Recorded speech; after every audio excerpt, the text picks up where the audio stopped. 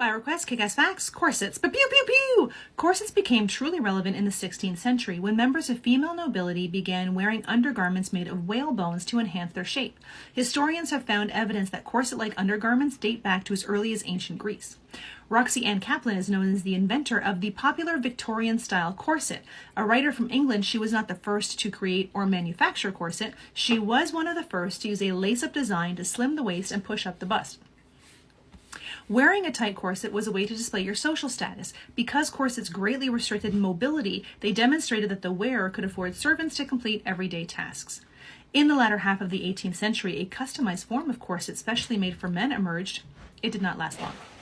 There was a time when baleen whales were almost extinct because their bones were being increasingly used in the making of corsets. At one time, corsets became a fashionable trend across Europe, and everyone wanted an hourglass figure.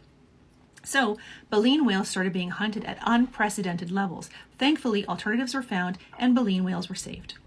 During the reign of Queen Victoria, corsets were limited to the belly region. It was during the Victorian period that the hourglass figure reached the peak of its popularity. Steel boning was used to shape the waist. When the Queen died, King Edward took over and the style changed. Women wanted something new. During his reign, the S-bend became popular, which involved pushing forward the hips and breasts. Napoleon was staunchly anti-corset. He believed that corsets caused infertility, and some doctors did too, and they said that tight shapewear affected the uterus lining and could impact menstruation cycles. They may not have been completely wrong. Corsets restricted the rib cage, making breathing difficult, which resulted in faintness and lower energy levels. Depleted lung volume and changing in breathing patterns also occurred, respiratory diseases, and deformed rib cages. They compressed the abdominal organs, which was a cause behind poor digestion. The boning was mostly immobile. Posture remained straight if the corset was laced. This rigidity sometimes led to back and pectoral muscle atrophy. Some corset wearers then were forced to rely on their corsets to stay upright.